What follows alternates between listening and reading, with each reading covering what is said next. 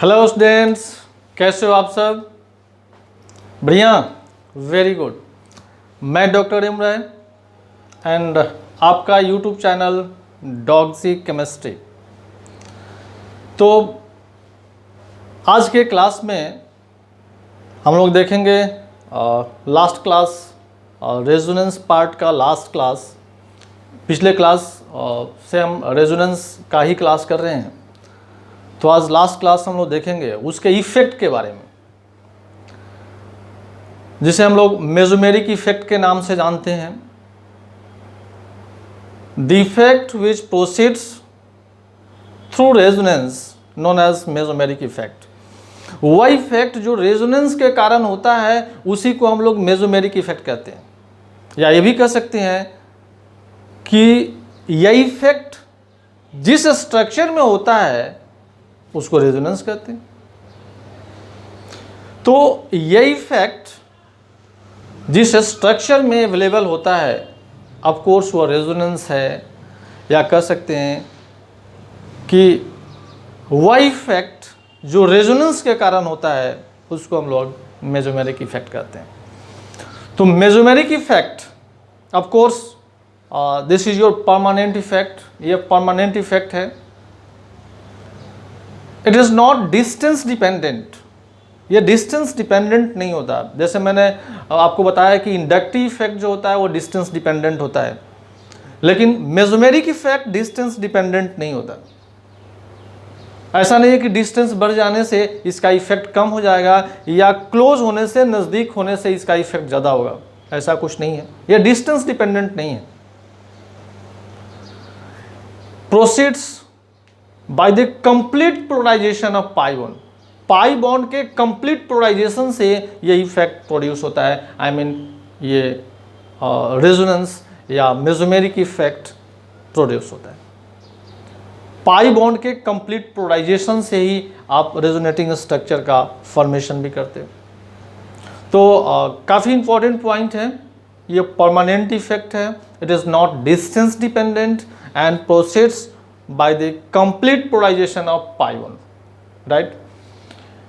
अब मैंने यहाँ पर आपके सामने दो स्ट्रक्चर मेंशन किया है। Of course pi bond lone pair, pi bond lone pair के बीच यहाँ जो स्ट्रक्चर है ऑफ कोर्स रेजोनेंस है, और ये डोनर है तो पाई बॉन्ड को पुश करेगा अपोजिट डायरेक्शन में। लोन पेयर यहाँ पर आकर क्या बना लेगा, डबल बॉन्ड का फॉर्मेशन कर लेगा। तो पाई बॉन्ड शिफ्ट किया, यहाँ निगेटिव फॉर्म किया और यहाँ पर डबल बॉन्ड का फॉर्मेशन हुआ। लेकिन चूंकि इलेक्ट्रॉन इसका इलेक्ट्रॉन इससे दूर जा रहा है, इसलिए इस पर कौन सा चार्ज आएगा, पॉजिटिव चार्ज आएगा, राइट। अब यहाँ पर देखो कि ये जो पाई बॉन्ड है, ऑफ कोर्स ऑक्सीजन की पुलिंग टेंडेंसी अधिक होती है तो पाई बॉन्ड को अपने तरफ पुल करेगा। यहाँ पे ये इलेक्ट्रॉन की डिफिशियंसी होगी नाइट्रोजन पर, तो ये पाई बॉन्ड शिफ्ट करेगा यहाँ पे और यहाँ पर डबल बॉन्ड का फॉर्मेशन कर लेगा। तो ऑफ कोर्स यहाँ पर डबल बॉन्ड का फॉर्मेशन हुआ, ये बॉन्ड शिफ्ट किया तो यहाँ पर निगेटिव हो गया, और इसके शिफ्ट करने से यहाँ पर प्लस चार्ज डेवलप हो जाएगा, राइट। तो आप स्ट्रक्चर देख रहे हो, पाई बॉन्ड का कंप्लीट पोलराइजेशन हो रहा है यहाँ पर। लेकिन एक चीज़ आप देख रहे हो वेरी क्लियर, यहाँ पर आपको दिखाई भी दे रहा कि ये आपका जो OH ग्रुप है, ये OH ग्रुप है पाई बॉन्ड को अपने से दूर पुश कर रहा है, और ये जो NO2 ग्रुप है पाई बॉन्ड को अपने तरफ पुल कर रहा है, राइट। तो पाई बॉन्ड को अपने से दूर पुश करना और पाई बॉन्ड को अपने तरफ पुल करना, ये दो इफेक्ट को इंडिकेट करता है कि इफेक्ट जो होगा मेसोमेरिक इफेक्ट, ये टू टाइप्स के हो सकते हैं। एक डोनर हो सकते हैं और एक एक्सेप्टर हो सकते हैं। तो जो पाई बॉन्ड को पुश करेगा ऑफ कोर्स डोनर, और जो पाई बॉन्ड को पुल करेगा ऑफ कोर्स एक्सेप्टर। तो mesomeric effect is of two types, plus M minus M. Plus M को प्लस आर भी लिख सकते हो, ऑफ कोर्स रेजोनेंस ही है तो प्लस एम को प्लस आर भी लिख सकते हो, और माइनस एम को माइनस आर भी लिख सकते हो, राइट। तो mesomeric effect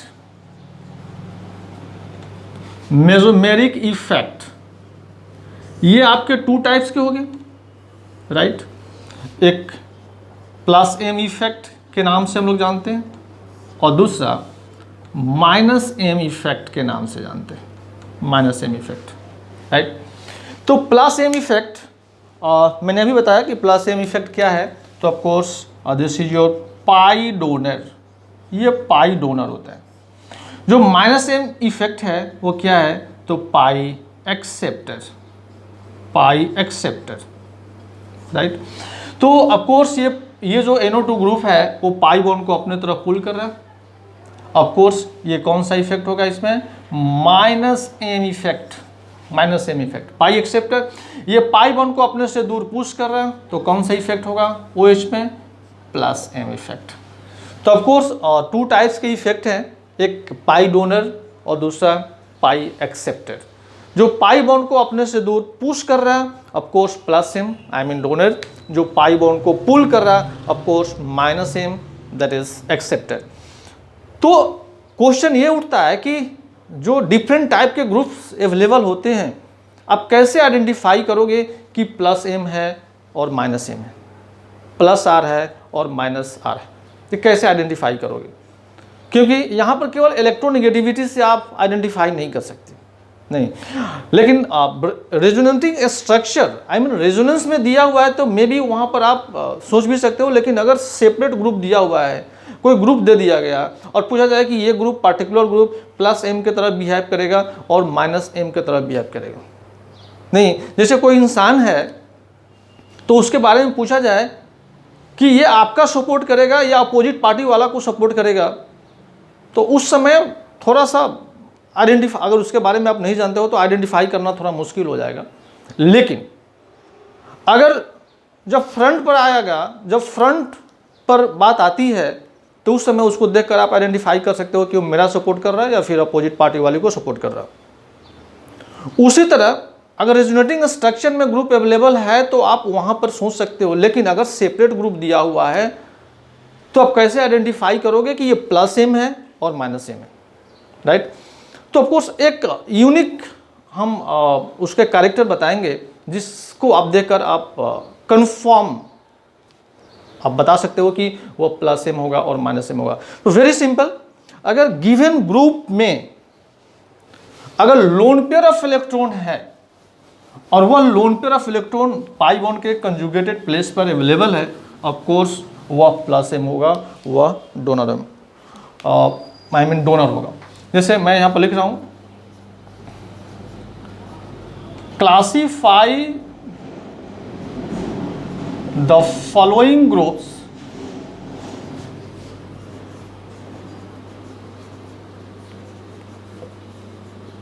on the basis of plus M और माइनस एम, राइट। जैसे देखो यहां पर हम लिख रहे हैं OH, OR, NH2, X, NO2, CHO, COOH, SO3H, CH double bond CH2 और आप यहाँ पर फिनाइल, लाइक दिस, नहीं। अब इस ग्रुप को देखो और देखकर आप बताने की कोशिश करो कि ये प्लस एम है और माइनस एम है। ऑफ कोर्स तो मैंने बताया था कि अगर आपका दिए हुए ग्रुप पर लोन पेयर ऑफ इलेक्ट्रॉन है, ऑफ कोर्स कह सकते हो कि क्या है, plus M, I mean donor.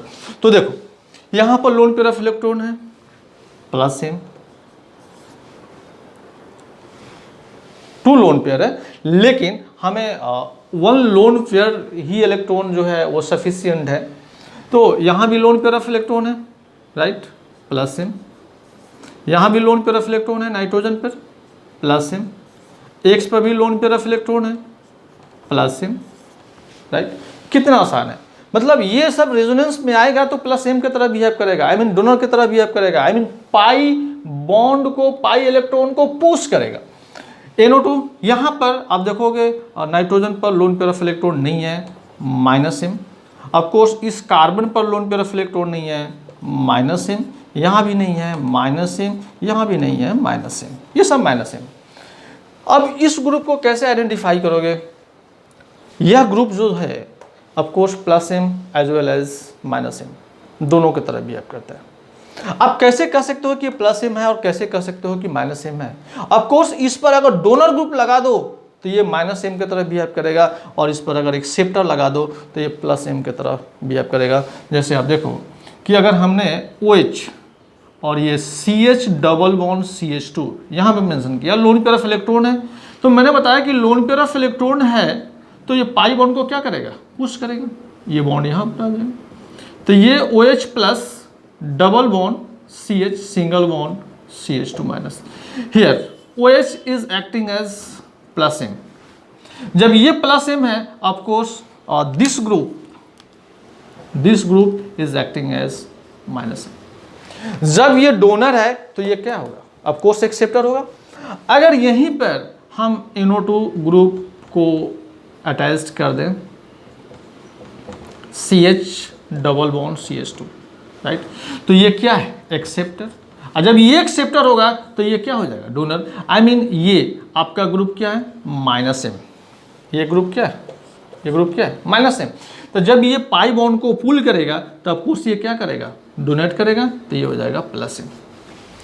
तो ये जो आपका ग्रुप है ये आपका minus M as well as plus M दोनों की तरह बिहेव करेगा। सेम अगर आप फिनाइल की बात करते हैं तो यहाँ पर अगर OH लगा दिए, डोनर लगा दिए, तो ये डोनर होगा, तो ये क्या होगा? Acceptor minus M.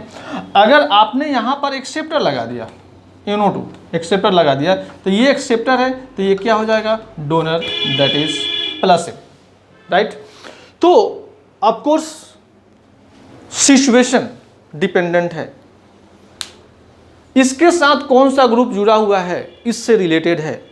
अगर ये डोनर है, आई मीन ये तो डोनर है ही, लेकिन अगर यहाँ पर डोनर ग्रुप अटैच्ड है, of course this part is acting as minus M, acceptor. अगर यहाँ पर एक्सेप्टर है, of course this part is acting as donor plus M. Very simple, right. तो हम देखते हैं आगे। अब हम ऐसे पॉइंट को डिस्कस करने जा रहे हैं जो कि न्यूट्रल और निगेटिव चार्ज दोनों अवेलेबल हो, और दोनों अगर डोनर की तरह काम कर रहा हो तो उसमें बेस्ट डोनर कौन सा होगा, राइट। आई मीन कह सकते हैं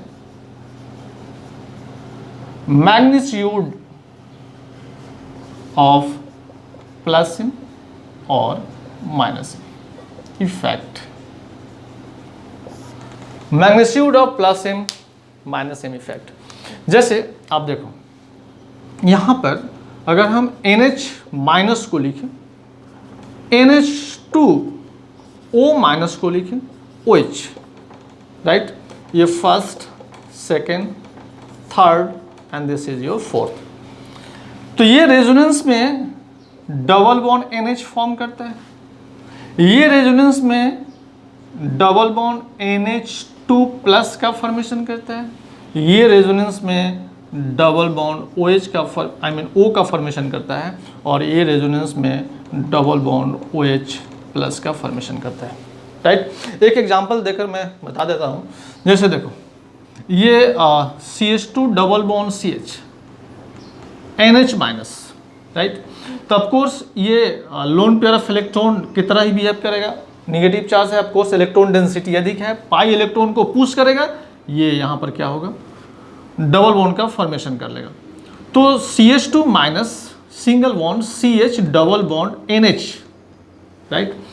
और दूसरा अगर ये CH2 double bond CH NH2 यहाँ पर लोन पेयर ऑफ इलेक्ट्रॉन है, of course acting as donor, यहाँ पर आपका डबल बॉन्ड का फॉर्मेशन होगा।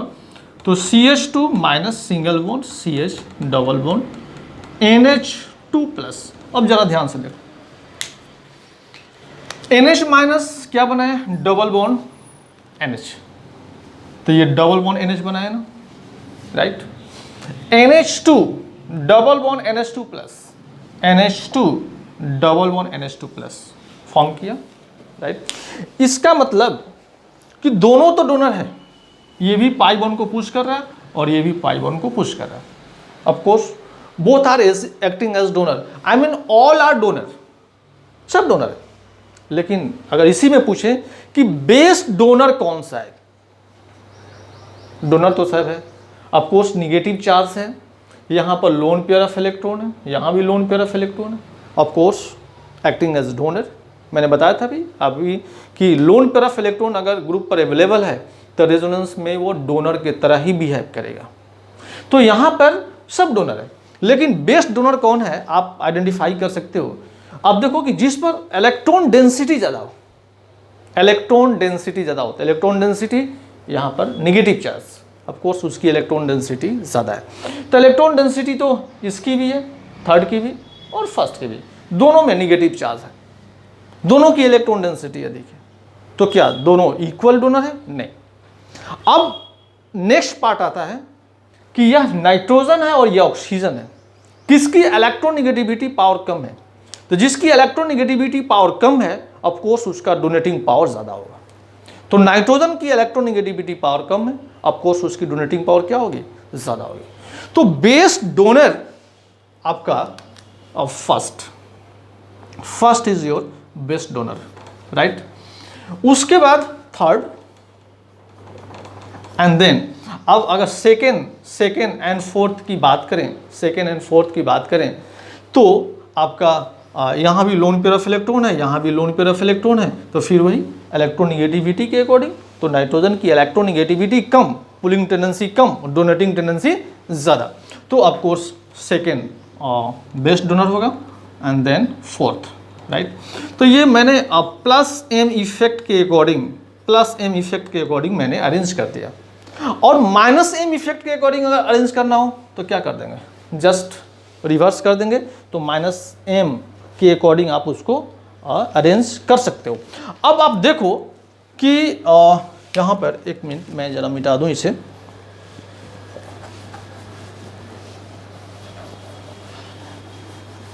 आपको मैं क्वेश्चन दे रहा हूँ, सिंपल क्वेश्चन, और आपको अरेंज करने हैं according to plus M effect. जैसे देखो ये आपका ये और न्यूट्रल केस मैं यहाँ मेंशन कर दिया, न्यूट्रल केस फर्स्ट एग्जांपल में। सेकेंड ये OCH3 ग्रुप मैंने मेंशन किया, OCH3 group. And third is your NO2 group. अगर हम इसमें आपको बोले कि प्लस एम इफेक्ट के अकॉर्डिंग डिक्रीजिंग ऑर्डर में अरेंज कर दीजिए, राइट। तो पहले तो आप देखोगे कि हम डिसाइड कैसे करेंगे। तो यहाँ तक देखो, ये सब में इक्वल है, इसका इफेक्ट भी इक्वल होगा नहीं। अब यहाँ पर OCH3 और NO2, OCH3 is your donor due to presence of lone pair of electron plus M, right.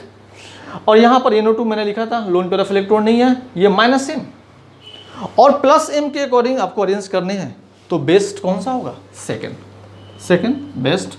उसके बाद तो न्यूट्रल फर्स्ट एंड देन आपका थर्ड है।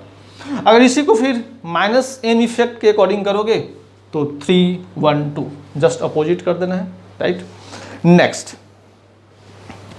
आप देखो, थोड़ा सा हम चेंज कर रहे हैं इसमें, इसी में चेंज कर दे रहे हैं, थोड़ा सा चेंज कर देते हैं, राइट। अब देखो यहाँ पर अगर हम मेंशन करें NH2, ये OH सेकेंड कंसिडर कर लो, and this is your H third, and finally NO2 और फोर्थ, राइट। अब इसमें प्लस एम इफेक्ट के अकॉर्डिंग अरेंज करने हैं, plus M effect, again plus M effect. तो आप देखो कि ये lone pair of electron donor, ये भी lone pair of electron donor, तो प्लस एम, ये भी प्लस एम हो गया, ये तो न्यूट्रल है, ये minus M effect, right, minus M effect. तो अगर प्लस एम इफेक्ट के अकॉर्डिंग अरेंज करना है तो फर्स्ट एंड सेकेंड में से पहले कोई आएगा, राइट। तो इसमें फर्स्ट एंड सेकेंड में बेस्ट डोनर कौन, मैंने अभी बताया कि दोनों पर लोन पेयर ऑफ इलेक्ट्रॉन है, लेकिन नाइट्रोजन की इलेक्ट्रोनिगेटिविटी कम है, तो ऑफकोर्स उसकी डोनेटिंग पावर बहुत अधिक होगा।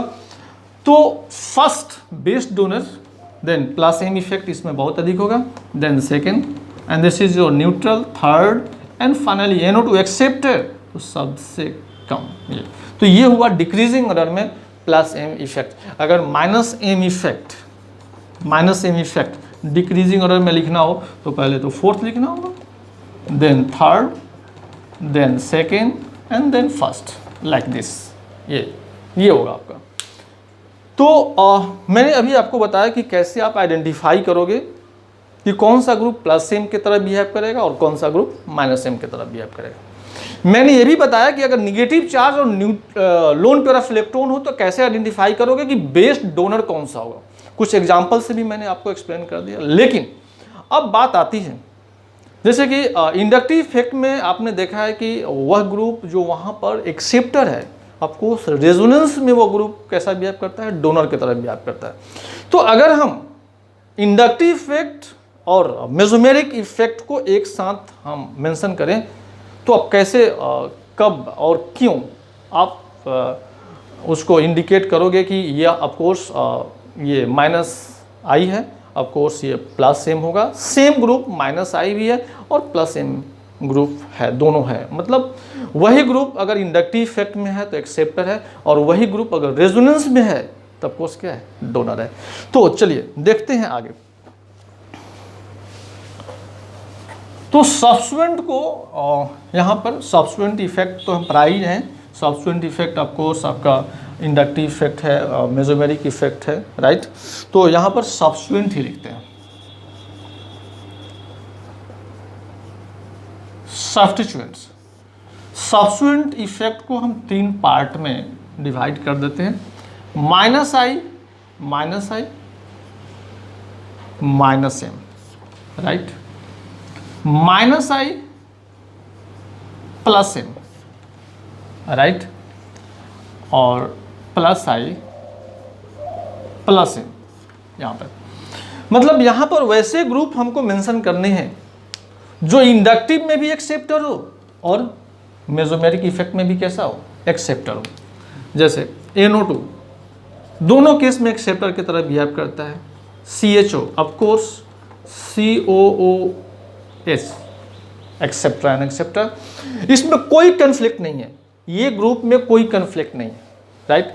ये ऑलवेज एक्टिंग एज एक्सेप्टर, आपका इंडक्टिव इफेक्ट हो या फिर रेजोनेंस हो। यहाँ पर आप देखो कि अगर हम OH लिखते हैं, NH2 लिखते हैं, OCH3 लिखते हैं, X लिखते हैं, तो ये इंडक्टिव इफेक्ट में एक्सेप्टर होगा, लेकिन रेजोनेंस में आई मीन मेसोमेरिक इफेक्ट में ये डोनर की तरह बिहेव करेगा। और यहाँ पर वैसा ग्रुप जो दोनों में डोनर हो तो NH minus O minus, right. I mean लिख सकते हैं नो कन्फ्लिक्ट, इसमें कोई कन्फ्लिक्ट नहीं है, ऑलवेज एक्टिंग एज डोनर। यहाँ भी लिख सकते हैं नो कन्फ्लिक्ट, कन्फ्लिक्ट नहीं, कोई कंफ्यूजन नहीं है, ऑलवेज एक्टिंग एज डोनर लिख सकते हो, ऑलवेज डोनर। ये सारे ग्रुप हमेशा कैसा बिहेव करेंगे, डोनर की तरह ही बिहेव करेंगे। यहाँ पर कन्फ्लिक्ट है, कन्फ्लिक्ट है, तो जहाँ पर कन्फ्लिक्ट है सोचने की बात वहीं पर है। जहाँ पर कन्फ्लिक्ट ही नहीं है, यहाँ पर कोई कन्फ्लिक्ट नहीं है, ऑलवेज डोनर नहीं, सॉरी यहाँ पर डोनर नहीं, बाय मिस्टेक यहाँ पर हुआ, always acceptor, and this is your always donor. यहाँ पर ये हमेशा क्या होगा, डोनर की तरह बिहेव करेगा, राइट। तो आप देखो यहाँ पर ये एक्सेप्टर है, एक्सेप्टर है, एक्सेप्टर, ये इंडक्टिव इफेक्ट में लगा दो या रेजोनेंस में लगा दो, मेसोमेरिक इफेक्ट में लगा दो, ये हमेशा जो होगा वो क्या होगा, एक्सेप्टर होगा। निगेटिव है तो ऑफकोर्स इलेक्ट्रॉन डेंसिटी पहले से अधिक है तो पुल करने की टेंडेंसी तो है नहीं। इलेक्ट्रॉन डेंसिटी पहले से अधिक है तो पुल करने की टेंडेंसी तो है नहीं, उसमें डोनेट करने की टेंडेंसी होगा। बात समझ में आ रही होगी। तो यहाँ पर इंडक्टिव इफेक्ट हो या फिर मेसोमेरिक इफेक्ट हो, always acting as donor, right. अब यहाँ पर देखो, यहाँ पर जो ग्रुप है सोचने वाली यहीं पर है कि इंडक्टिव इफेक्ट में अगर देखेंगे तो ये एक्सेप्टर होगा और मेसोमेरिक इफेक्ट में देखेंगे तो ये डोनर होगा। हाउ इज इट पॉसिबल, ये कैसे पॉसिबल है कि इंडक्टिव इफेक्ट में एक्सेप्टर और रेजोनेंस में डोनर। तो चलिए देख लेते हैं एक एग्जांपल से।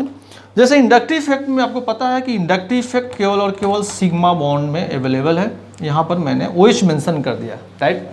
तो OH मेंशन कर दिया तो ये ऑक्सीजन मोर इलेक्ट्रोनेगेटिव एलिमेंट है।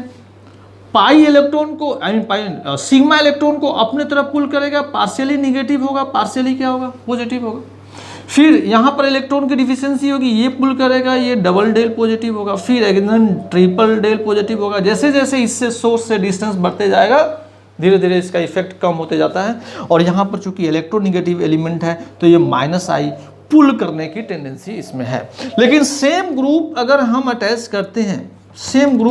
अटैच करते हैं रेजोनेंस के कंडीशन में तो यहाँ पर पाई इलेक्ट्रॉन और यहाँ पर लोन पेयर इलेक्ट्रॉन के बीच में रेजोनेंस है। अब ये पाई इलेक्ट्रॉन को नहीं पुल कर सकता, क्योंकि अगर पुल करेगा तो यहाँ पर ऑलरेडी इलेक्ट्रॉन डेंसिटी अधिक है। ये पुश करेगा, पाई बॉन्ड को पुश करेगा, अपने से दूर पुश करेगा, और ये स्ट्रक्चर जो है आपका फॉर्म करेगा C- single bond, C double bond, OH+। ये तो यहाँ पर ये कैसा काम किया, +M, और यहाँ पर कैसा काम किया, -I। तो सेम ग्रुप आपका -I और +M हो सकता है, पॉसिबल है।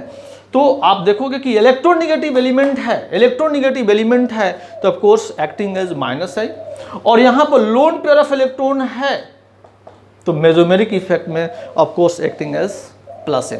अब बात आती है कि कोई ऐसा सिचुएशन कंडीशन हो जहाँ पर एक ही ग्रुप में -I as well as +M दोनों कैरेक्टर अवेलेबल हो।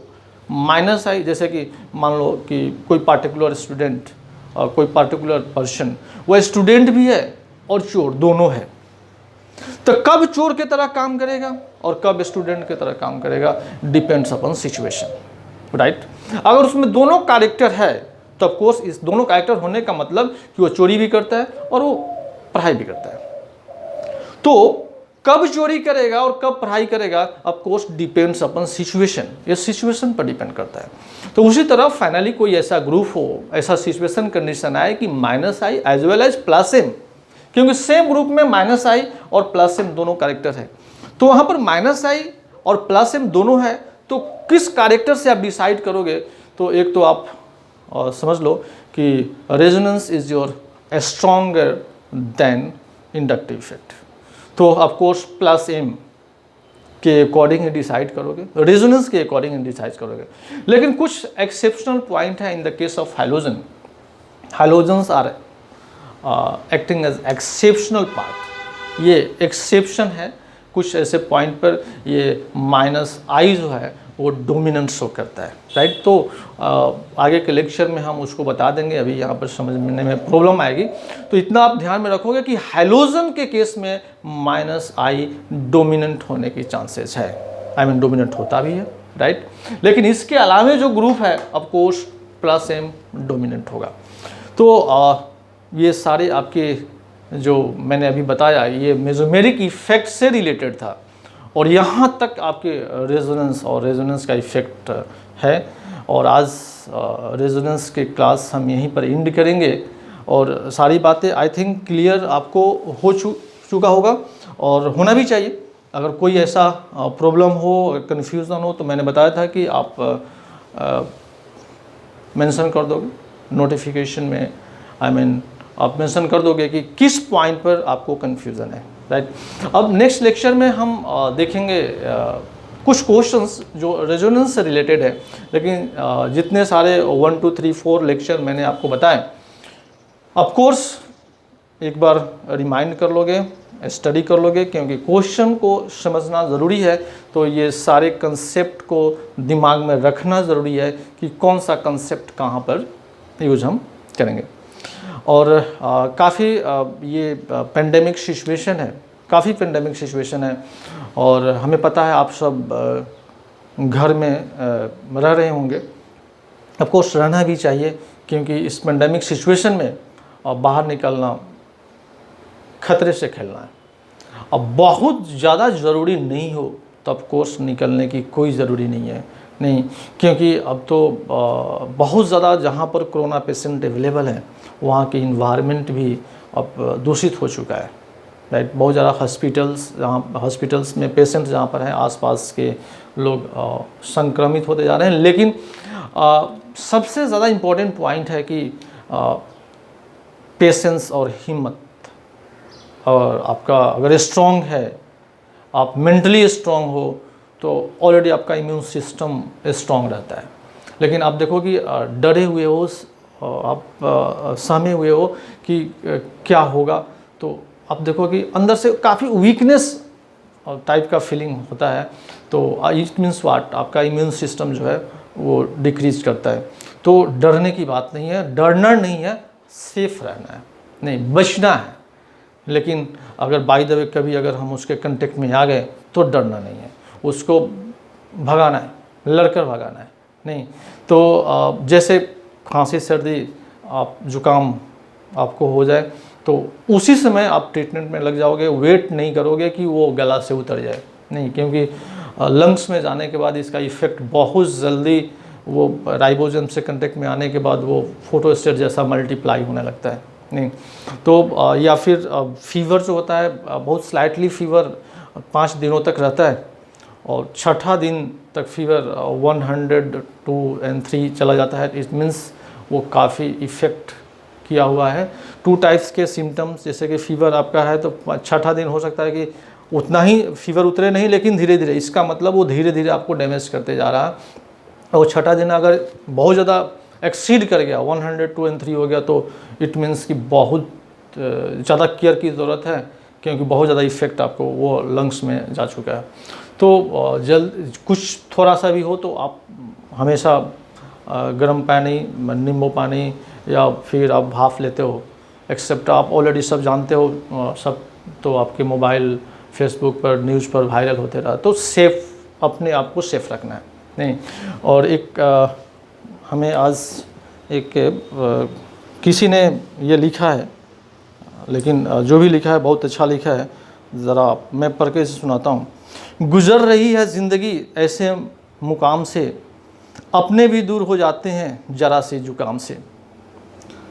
तमाम कायनात में एक कातिल बीमारी की हवा हो गई, वक्त ने कैसा सितम ढाया कि दुनिया ही दवा हो गई। आज सलामत रहे तो कल की सहर देखेंगे, आज पहरे में रहे तो कल का पहर देखेंगे। सांसों के चलने के लिए कदमों का रुकना ज़रूरी है, घरों में बंद रहना दोस्तों हालात की मजबूरी है। अब भी न संभले तो बहुत पछताएंगे, सूखे पत्तों की तरह हालात की आंधी में बिखर जाएंगे।